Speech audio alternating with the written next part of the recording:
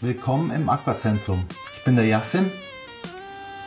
Ja, heute geht es um den Turbo 3.0.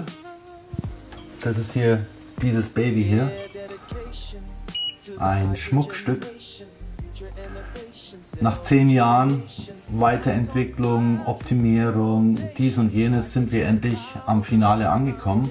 Ein sehr druckfester Wasserstoff-Wassergenerator, Turbo 3.0, 7. Generation kann man schon sagen.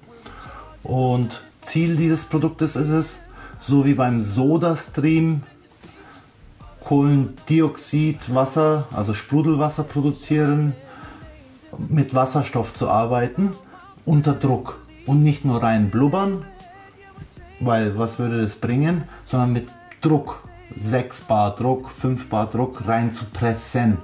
Dann kommt ein Wasser raus, was man auch dann schütteln kann und was dann milchig wird. Das werde ich euch dann präsentieren. Und ich habe schon mal ein bisschen was vorbereitet.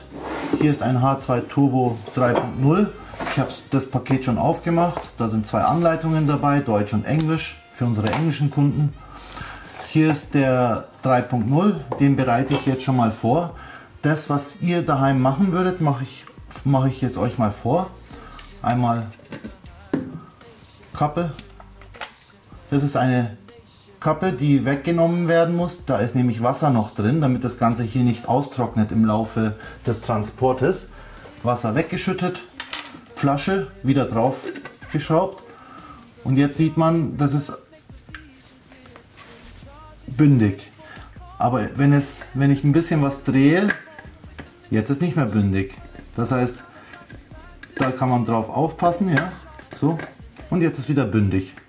Schön fest drauf, ja, das sollte schon recht fest sein. So. Ich habe hier den Standarddeckel und dann gibt es noch einen Ersatzdeckel dabei, der ist durchsichtig. Ich möchte euch einfach mal die durchsichtige Version zu zeigen, um dann auf diesen Deckel noch drauf einzugehen. Ich habe hier Wasser vorbereitet, das ist von einer Osmoseanlage, damit wir sozusagen ein recht einheitliches Wasser haben.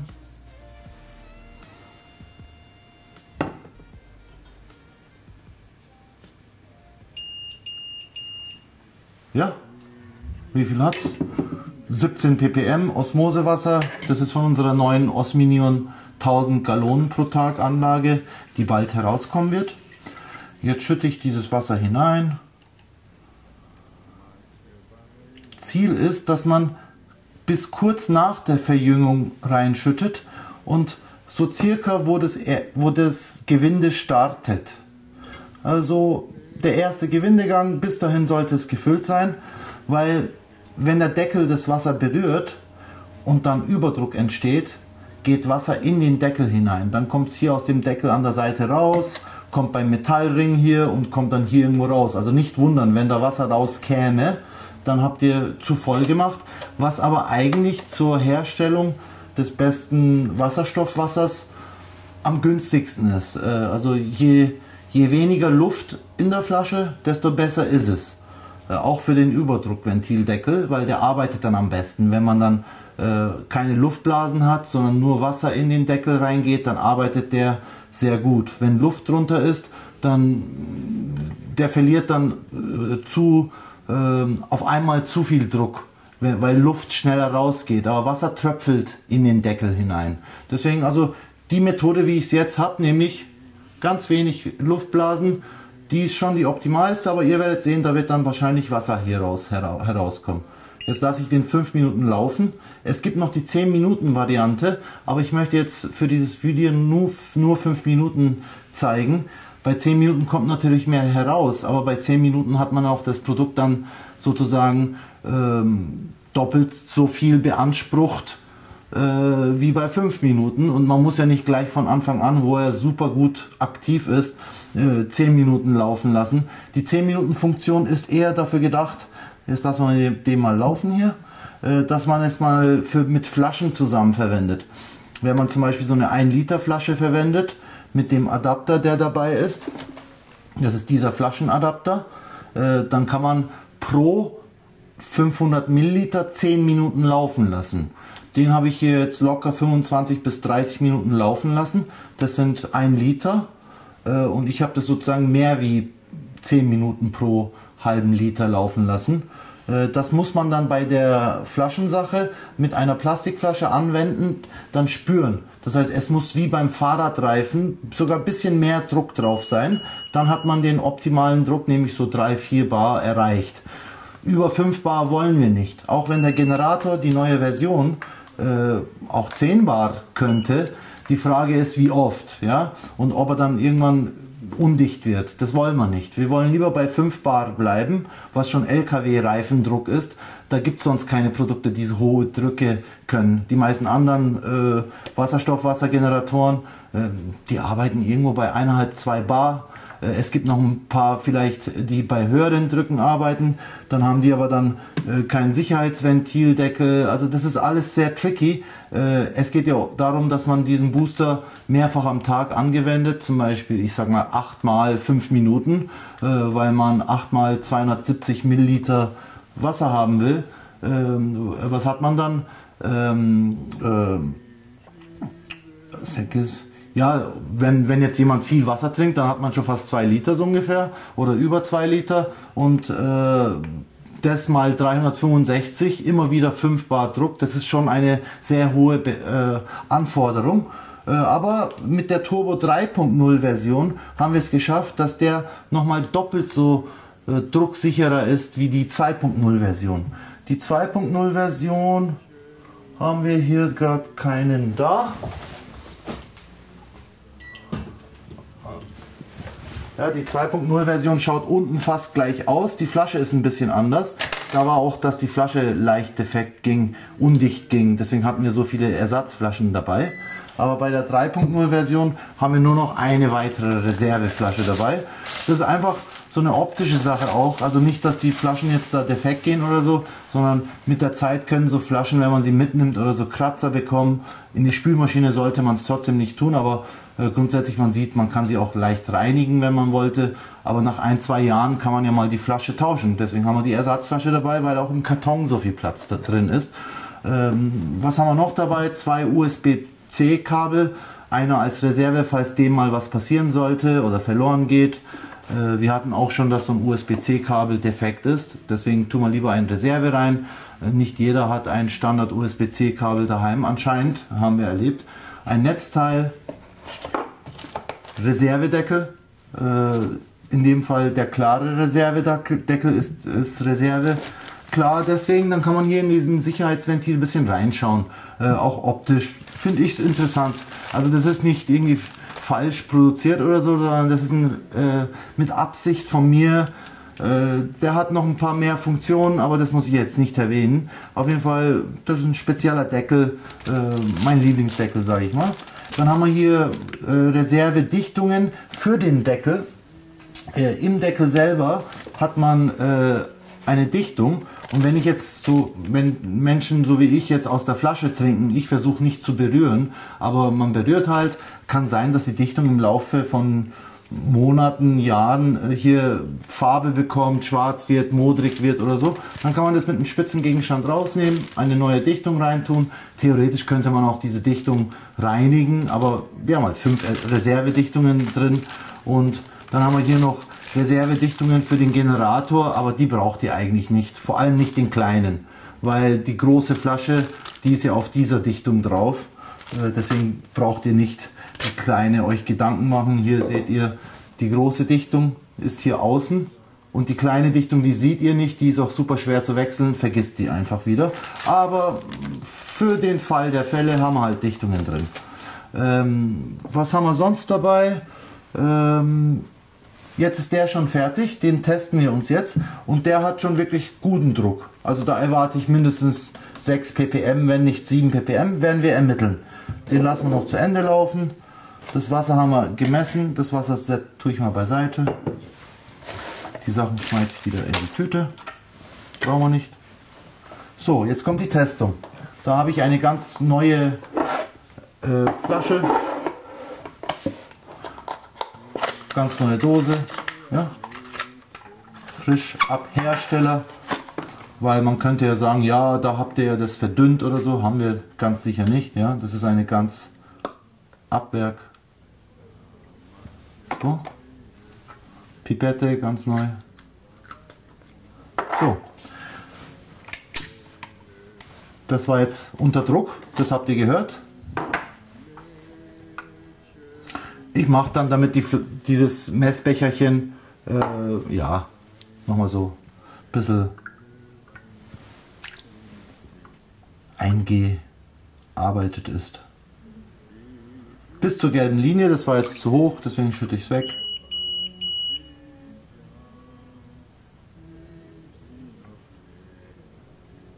Ah, es war auch zu hoch, schütte ich ein bisschen was weg. Ja, jetzt passt's. So, jetzt messen wir. Da ich vorhin schon den hier aktiviert habe, weiß ich, was der ungefähr macht, gerade mit dem aktuellen mit dem Wasser, was wir hier verwenden. Deswegen tue ich schon ganz viel machen. Also das empfehle ich auch, mindestens so 25 Stück schon reinzutun, eher mehr. 2, 3, 4, 5, 6, 7, 8, 9, 10, 11, 12, 13, 14, 15, 16, 17, 18, 19, 20, 21, 22, 23, 24, 25, 26, 27, 28, 29, 30, 31, 32, 33, 34, 35, 36, 37, 38, 39, 40, 41, 42, 43, 44, 45, 46, 47. Ich schüttle nicht, sondern ich schwenke. So ganz vorsichtig, als würde ich Bier schwenken wollen, aber so irgendwie vermischen wollen, ja. Aber, ja. Und wenn das jetzt wieder klar wird, dann habe ich sozusagen 47 Tropfen gelöst.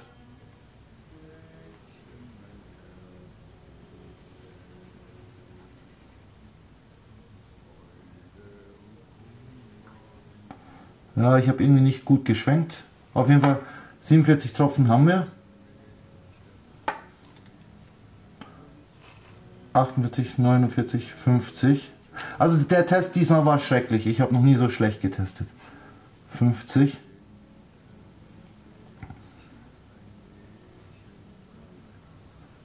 Wir hätten auch einen weißen Hintergrund, aber es passt schon. Aber 50 haben wir jetzt auf jeden Fall, ja. Ihr seht, das ist klar. Ja, sieht man, gell? Fast klar. Ich würde sagen, ich teste jetzt noch mal ganz schnell wieder. Mit einem neuen Messbecher. Weil der Test, ich habe so versaut das Ganze. Also.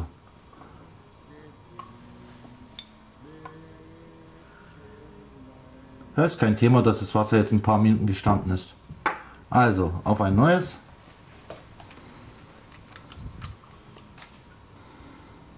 Eins, 2, 3, 4, 5, 6, 7, 8, 9, 10, 11, 12, 13, 14, 15, 16, 17, 18, 19, 20, 21, 20, 24, 25, 26, 27, 28, 29, 30, 31, 32, 33, 34, 35, 36, 37, 38, 40, 41, 42, 43, 44, 45, 46, 47. So. Ganz vorsichtig schwenken.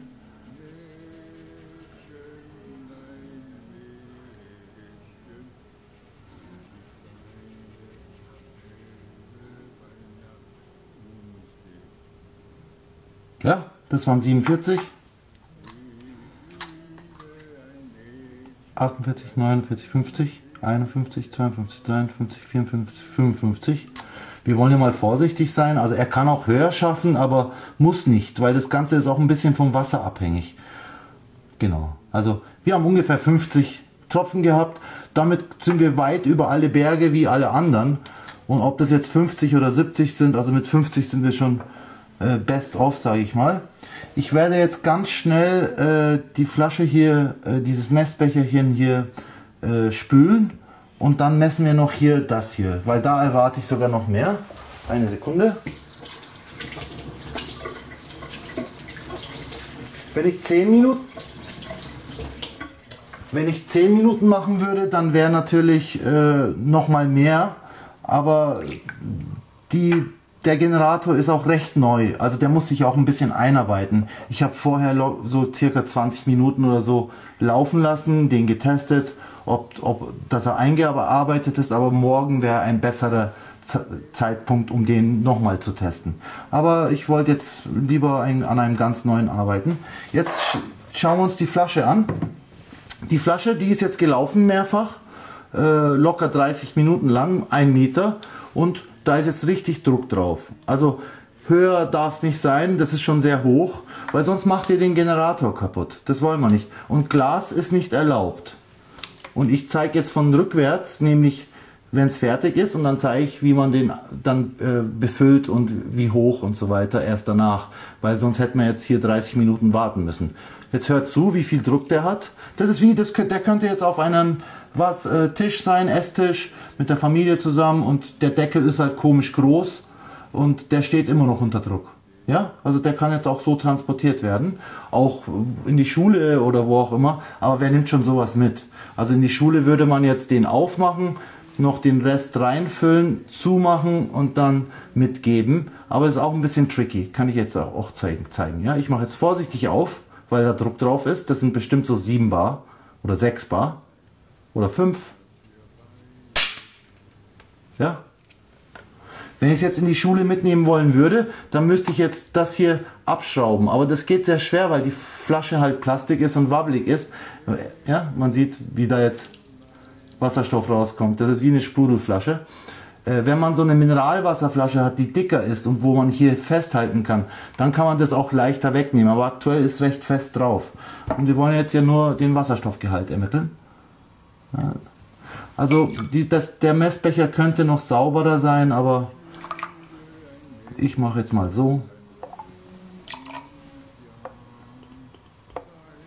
Ja. Oh.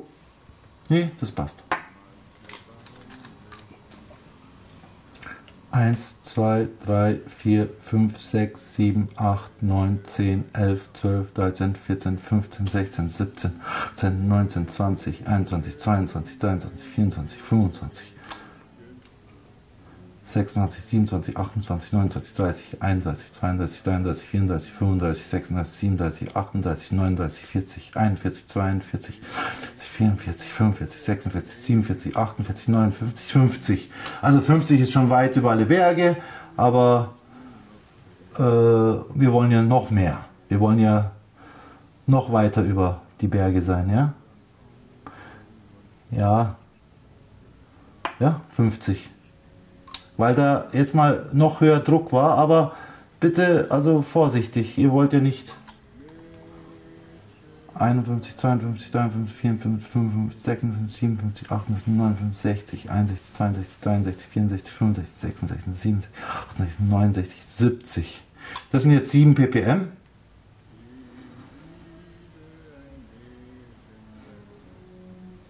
Easy. 71, 72, 73, 74, 75, 76, 77, 78, 79, 80. 8 ppm. Ja, das heißt, wir hatten da schon recht guten Druck. Bitte nicht so hohen Druck machen, weil der Booster hält das halt ein paar hundert Mal aus. 82, 83, 84 oder 74. 85, 86, 87, 88, 89, 90 oder 80. Ja, unsicher, ich glaube sogar 80 nur. Gehen wir mal von 80 aus. Also weit über alle Berge, ja. Keine Ahnung. Also über 70 auf jeden Fall, ja. 80 eher. Und um zu zeigen, dass das wirklich nicht geschummelt oder sowas ist, trinke ich jetzt einen fetten Schluck.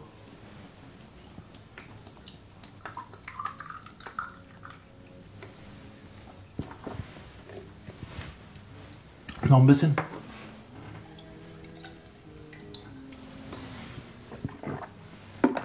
Echt lecker. Jetzt habe ich den Deckel wieder drauf getan und jetzt kommt mein berühmt-berüchtigter Schütteltest. Oh yeah. Das ist so wie CO2 so ein bisschen. Aber mit Wasserstoff. Sehr weiches Wasser. Das ist der Beweis. Also ihr braucht nicht rumtesten, weil das Testen, ehrlich gesagt, das ist so ein bisschen wasserabhängig, wie man schüttelt und so. Das ist jetzt der zweite. Das sind jetzt 2 ppm rausgeschüttelt nach sozusagen meinen Erfahrungen. Pi mal Auge, ja? Pi mal Daumen. 3.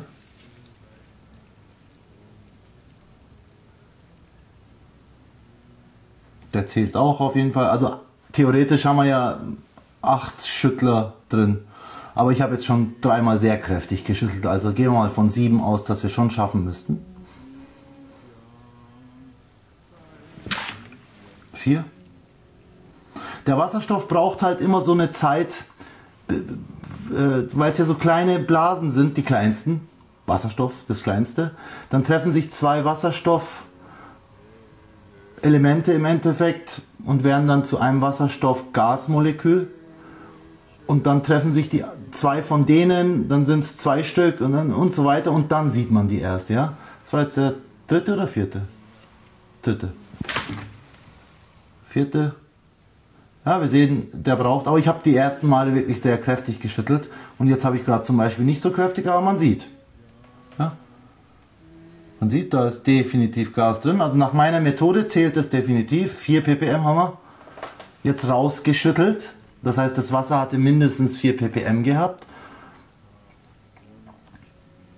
Ja, und das ist ganz feines Gas.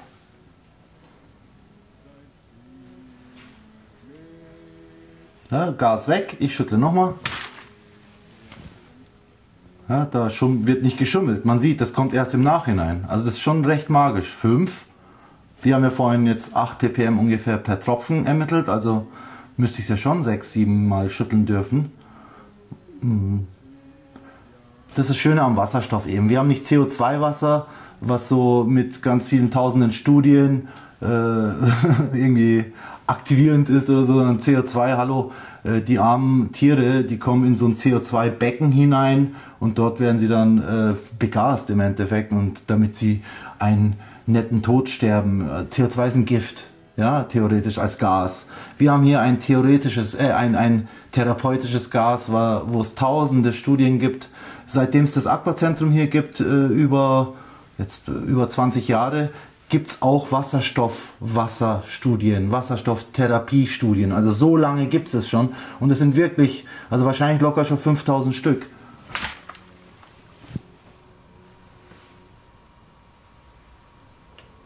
Ja, das wird jetzt immer dünner, aber ich will jetzt nicht da dauernd rumschütteln müssen, aber langsam kommen wir ans Ende an. Ja?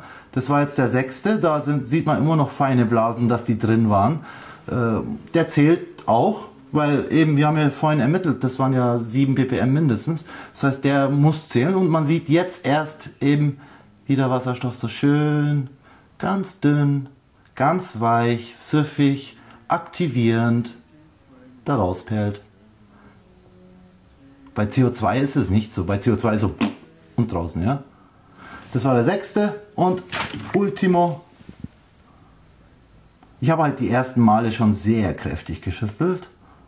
Aber eben, da sieht man, da ist noch ein bisschen was, aber ja, können wir den Versuch dann nun abbrechen. Und ich erzähle auch noch ein bisschen, ja, man sieht, da ist schon Gas drin. Das wäre bei Leitungswasser nicht so passiert. Der braucht halt, ja. Sieht man, ja? Ne, sieht man nicht, okay.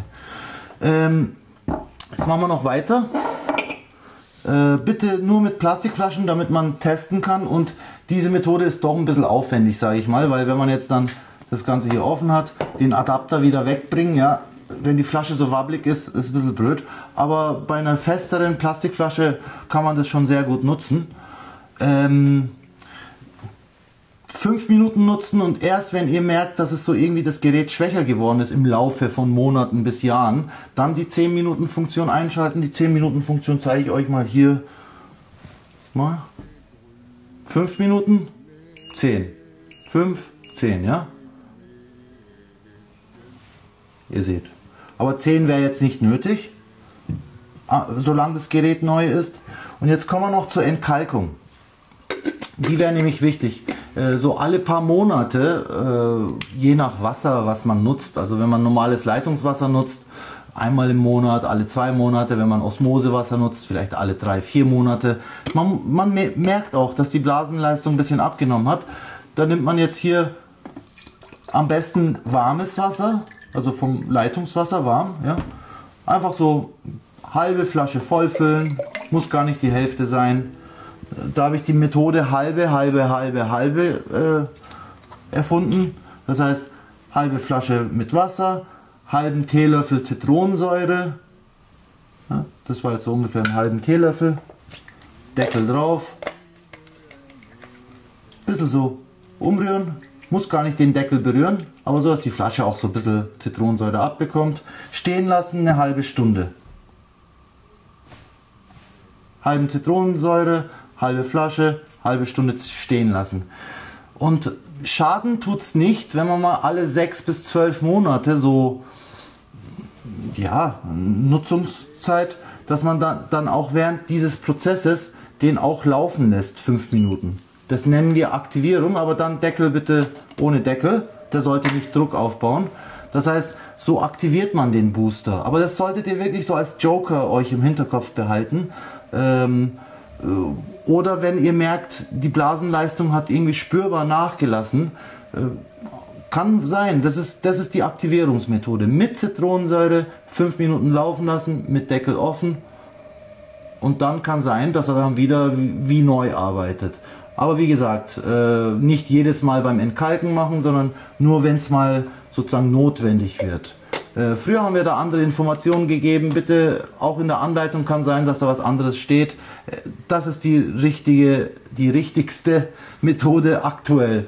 Sowas kann sich im Laufe von Monaten bis Jahren immer wieder ändern, aber aktuell sind wir ganz sicher, dass wenn aktivieren, dann alle paar Monate, aber sonst einfach nur stehen lassen mit Zitronensäure, halbe Stunde und das war's. Wegschütten, spülen und dann geht's wieder los. Das präsentiere ich jetzt hier mal. Ja. Tue ich neues Wasser rein.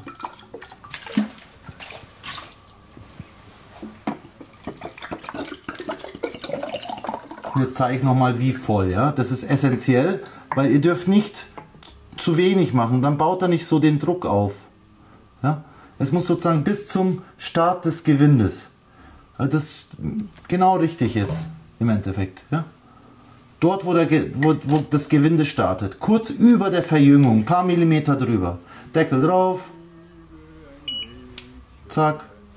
Und jetzt könnte sein, dass er minimal so aktiver erscheint. Nee, der ist noch zu neu. Also da ist jetzt nichts passiert durch die Aktivierung. Aber wenn das Gerät mal eben schon ein paar Jahre auf dem Buckel hat und dann irgendwie schwächer erscheint, weil diese Membrane ist nicht wirklich für mineralhaltiges Wasser gemacht. Also wir dürfen nicht erwarten, dass wir hier jetzt da ein 20 Jahre haltendes Produkt haben. Für die Kunden, die bei uns das gekauft haben, nach ein paar Jahren dann außerhalb der Garantie sagen, oh leider ist der nicht mehr so wie der neueste, gibt es für den Spezialpreis den nächsten Booster. Einfach uns ansprechen, ich will den nächsten Booster haben, wir sind da sehr kulant. Ja? Das haben wir jetzt besprochen. Entkalkung haben wir besprochen. Die Dichtungen haben wir besprochen. Glas verwenden wir nicht mit dem Adapter. Und noch zum, was man... Warum setze ich da Kalk ab? Bei jeder Elektrolyse, also warum setze ich da jetzt Kalk ab? Je nach Wasser, wenn man Osmosewasser verwendet, sind da immer noch Mineralien drin. Bei Osmosewasser ist ja nicht so, dass ich Wasserhahn aufmache und dann kommt ein destilliertes Wasser raus, sondern ich müsste zuerst mal einen Liter laufen lassen und dann käme ein Richtung destilliertes Wasser mit 20 ppm zum Beispiel raus, oder 17 hatten wir jetzt hier. Aber je weniger Mineralien, desto besser ist es für die Membrane, weil dadurch kein Kalk ausfällt. Wo fällt jetzt dieser Kalk aus durch die Elektrolyse? Das ist bei diesen elektrischen Wasserionisierern auch der Fall, dass Kalk ausfällt. Der fällt dann genau dort, wo die Dichtungen sind.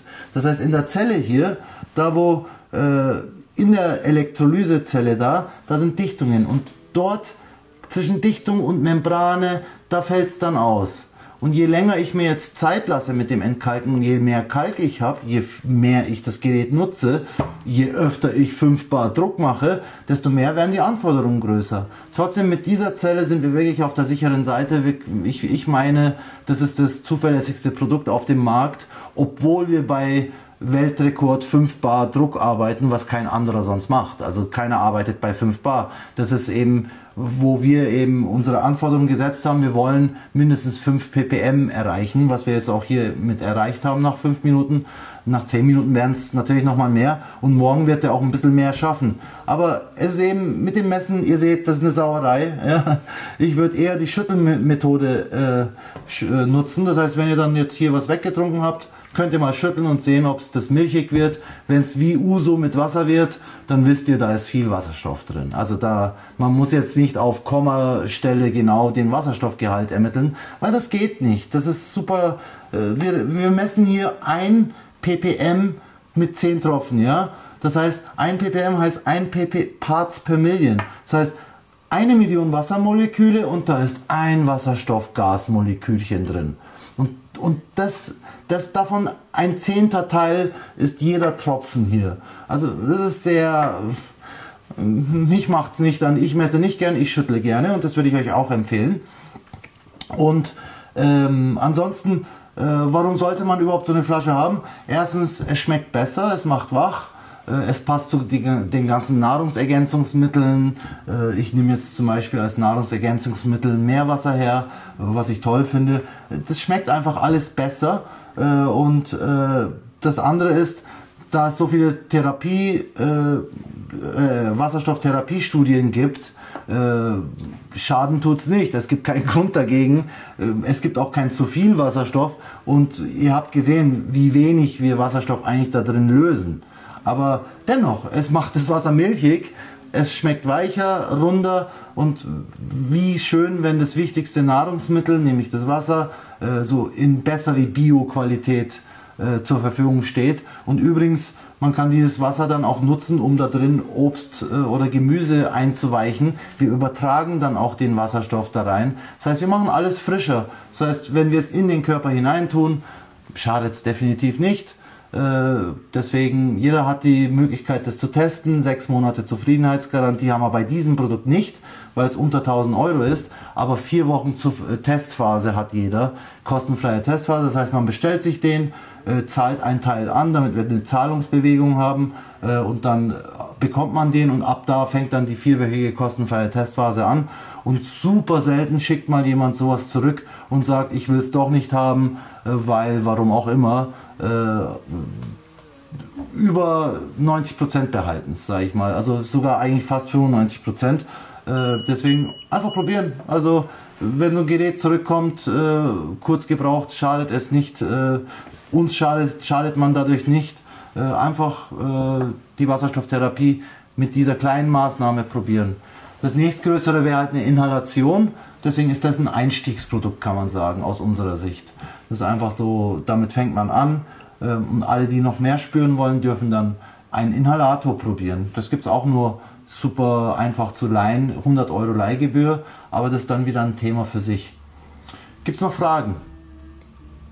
Michael, gibt es noch Fragen? Nee, nicht. Ah, doch. Es gibt noch die Nicht-Akku-Version. Das ist hier, ohne Akku steht dann drauf. Das ist dann für Leute wie ich zum Beispiel, die eigentlich die Nase voll haben von Akkuprodukten. Gerade bei diesem Produkt ist überall USB-C dabei. Das heißt, wenn ich dann daheim im Office bin oder daheim bin, wie auch immer, habe ich immer ein USB-Kabel dabei. Wenn ich im Urlaub bin, habe ich einen Rechner dabei. Egal wo, habe ich immer einen USB-Anschluss dabei. Und Akku, ich weiß nicht, macht es ein bisschen schwerer. 30 Gramm ist jetzt nicht die Welt, aber man kann, finde ich, sich auch die ohne Akku-Version leisten. Erstens ist dies günstiger und zweitens, ja, ich habe keine Lust mehr auf Akkuprodukte. Ich will lieber zurück zu der Nicht-Akku-Version in verschiedenen Bereichen. weil ich finde die Welt mit den Akkuthemen, solange es noch keine bessere Technik gibt, aber nichtsdestotrotz, also sehr zuverlässig. Wir hatten schon Geräte, wo die ganze Elektrolysezelle unter Wasser war und trotzdem ist dem Akku nichts passiert. Also von der Sicherheit her keine Sorge, aber nichtsdestotrotz ohne Akku finde ich persönlich angenehmer. Falls jemand da Anti-Akku ist, gerne einen ohne Akku bestellen. War halt so ein Wunsch von mir. Wenn ich es kann, warum soll ich es nicht machen? Ist ein kleiner Aufwand gewesen. Und ansonsten, ja, mehr fällt mir nicht ein. In diesem Sinne, viel Spaß beim Trinken und bis zum nächsten Video. Alles Liebe. Bye bye. Recharge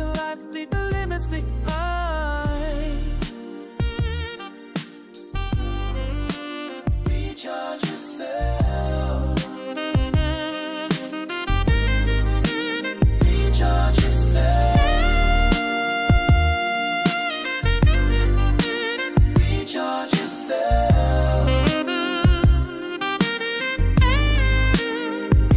Innovation to the hydrogenation, future innovation, cell rejuvenation, science on fire, truth in rotation, hydrogen power, the life foundation, respect to the thinkers, the seekers, believers, energy givers and bold every lever, every drop, every breath makes the vision clear, we're recharging the planet for the coming years. Tra-la-la-la-la, wisdom in your speech, Alex Darnava talking science to the streets, Randy Sharp and your name's in the beat. They call us involved, my friend, in elite.